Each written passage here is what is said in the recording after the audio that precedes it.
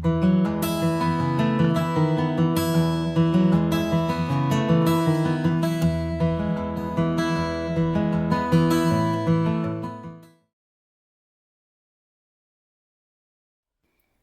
everyone, I hope you're well. Welcome back. Today I thought I would do a video of 3 recommendations of decks for beginners from a beginner. So I started learning tarot about 2.5 years ago, and seriously maybe for the last 6-8 months, maybe a year, I don't know. So I still consider myself a beginner.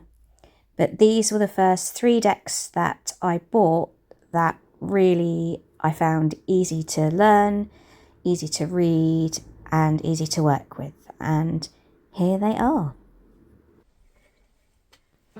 So it's not going to surprise anybody that the first deck here is one that most people recommend for a beginner, which is the Rider-Waite-Smith deck. This is the very first deck I bought in this little pouch. I've shown this before on the channel, and I've also said before that actually initially I didn't connect with the deck at all, and I sort of think that was a big part of the reason that I dipped out of tarot briefly. But I think it might have been the sort of cartoony nature, and maybe I think I was approaching learning the wrong way, in trying to sort of just learn meanings verbatim, and I wasn't learning intuitively. I wasn't sort of able to read the images intuitively or connect with them or make sense of them maybe. I was also in a kind of rough place as well, having just been bereaved, so I think maybe the circumstances weren't right the first time. But the reason I'm including it in this video is because when I went back to the Rider-Waite after using a couple of other decks, I'll just show you how I did that. I know I've shown this briefly before as well, but I went back with a new copy, stuck it into this journal, did loads of research on keywords, correspondences. I went on several websites, I got several books, and I took from all of those places the bits that resonated with me and wrote them around this, around each card, and that has given me a new appreciation, a deeper understanding of the Rider-Waite-Smith, and I actually really love the deck now. And so I think that actually if you are in the right place and you do connect with the images, then it's a brilliant learning deck. It isn't essential that you start with the Rider-Waite-Smith, which is what I thought, which is possibly why I found it a bit of a chore to begin with, because I didn't think I had other choices. I must show you though, this version is particularly spectacular. It's one my husband bought me. My husband bought me for Christmas the year I started learning, and I kind of hoped that it would maybe help with the Rider-Waite for me, but I've never actually read with this deck, because it's very pretty and it's very sparkly and shiny, but it's completely impractical. It's very slippery. You can't shuffle it because it just pops out of your hands. Look, see, I can't even get it into my hands to try and shuffle it. I'm a terrible shuffler anyway, but it's just very, very slippery and actually probably a little bit garish. It's probably a bit OTT, but I wanted to share that version with you because it might appeal to some of you, and it's quite a lot of fun. It's one I'm going to keep just for nostalgia purposes, and because it's, it might be a bit garish, but it's also kind of cool. And then I also very recently on Vinted, good old Vinted, got this little mini tiny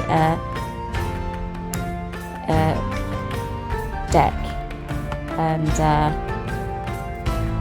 I'm fully intending to make this one of my decks that I carry around with me, because it's a classic and it's a great starter deck.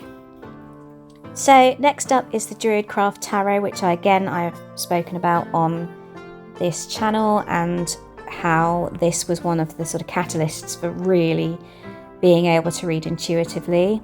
I think I said before that my first ever tarot reading that somebody else did for me, the wonderful Gem, she used the Druidcraft deck, and I was immediately drawn to it. I love the imagery in this deck, and because it's RWS based, I could still learn the system, but I could also start reading more intuitively. And I think maybe it's something to do with the artwork appeals to me much more, obviously, but I think it's something to do with the expressiveness of the cards, the expressiveness of the people in the cards, their faces, and I think that there's more going on in them. The artwork is more detailed, it's more refined, I guess. I don't know, but whatever the reason, something clicked when I got this deck.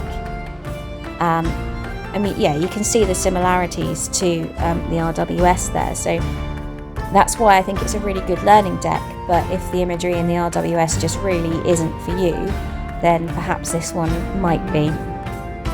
And I feel there's more, for me personally, there's more depth in these images, there's more to sort of dig into, and I think this was the first time I realised that I could read intuitively and not just from words in a book.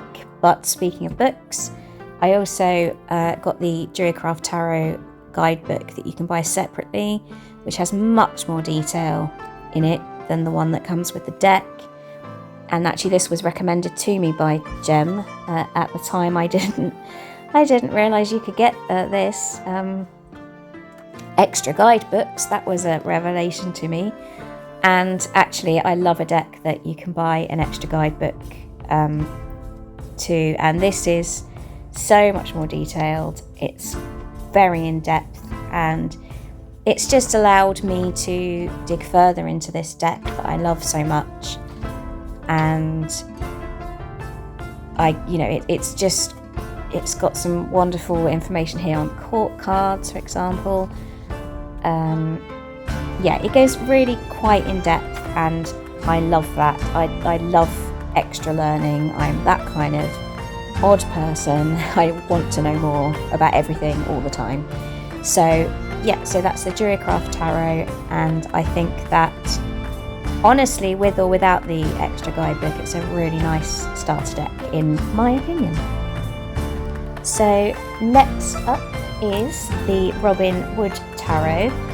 This was possibly the third deck I think I bought, kind of based off the fact that the Druidcraft was working so well for me, and I liked the imagery in this one. I think I'm going to have to put it in a different box now because I bought this pre-loved and the box is a bit knackered.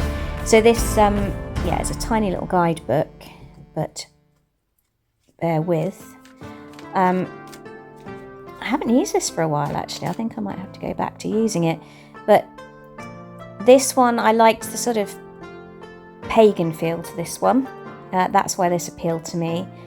And the imagery in it, again, is really beautiful and so easy to read. At least I find it very easy to read. Again, RWS based.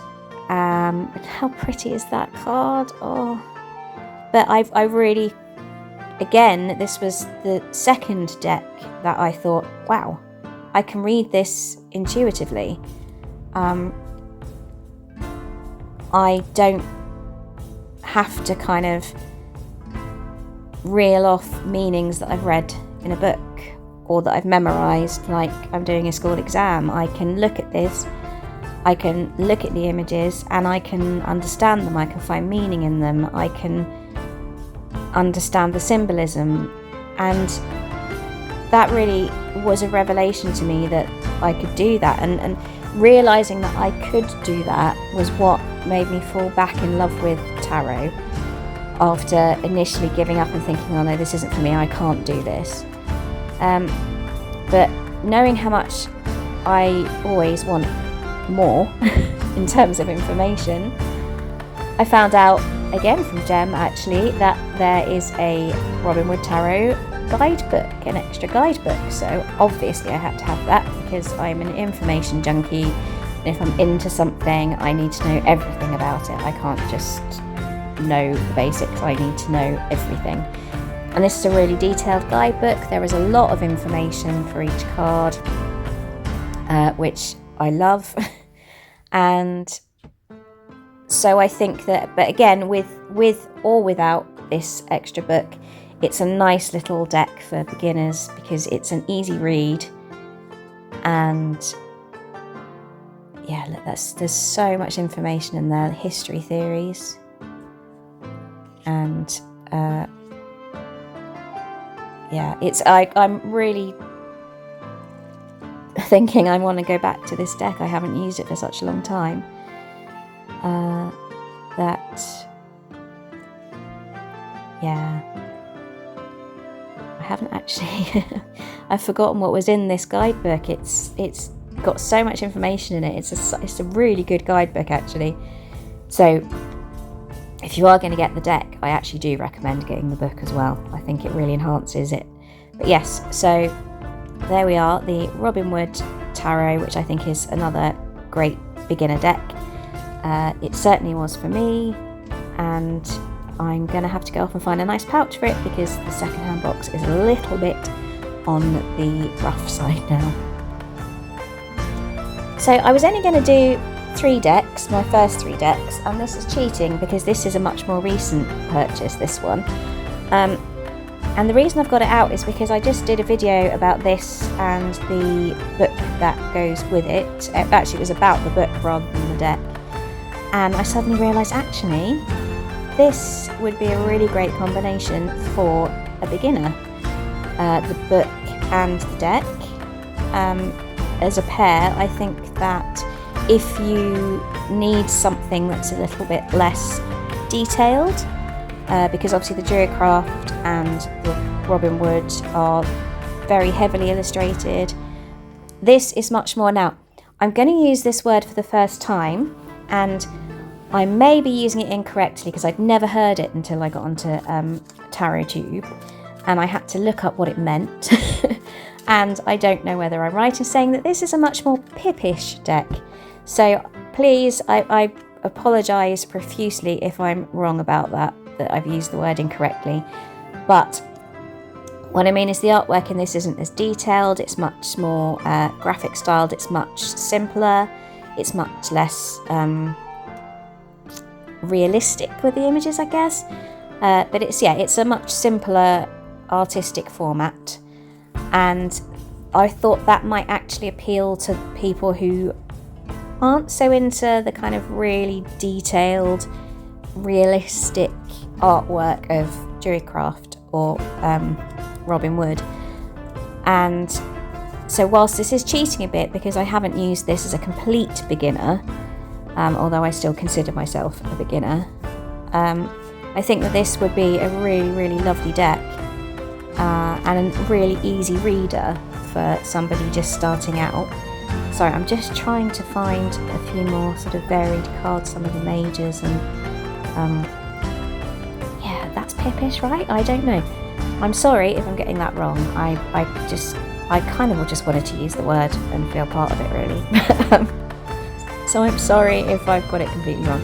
But yeah, so that's a really nice little deck. It doesn't come with the edging. I did that and I'm really pleased with that particular colour. I think it's awesome. It works really well with it. Just pop that back in and show you the book. And so the book is so good because not only does it give you card meanings, but it gives you some sort of rituals and tarot spells you can do with it. And some information on how to shuffle your cards and how to choose questions, that kind of thing. It's a real kind of basic guide to tarot, as well as to that tarot deck and the meanings here. So I think that I would have found this when I was first starting out really, really useful, and I'll almost certainly find it really useful now. I haven't looked at it as much as some of the other books. There's some numerology there, which is really good. So I haven't looked at it as much as I've looked at some of my other books. I have used it, but I think this is something I might go back to. It's kind of going back to basics with this one, because I think it's genuinely an excellent starter deck. So there are my recommendations for beginners decks from a beginner. I hope you enjoyed it, and hope to see you all soon.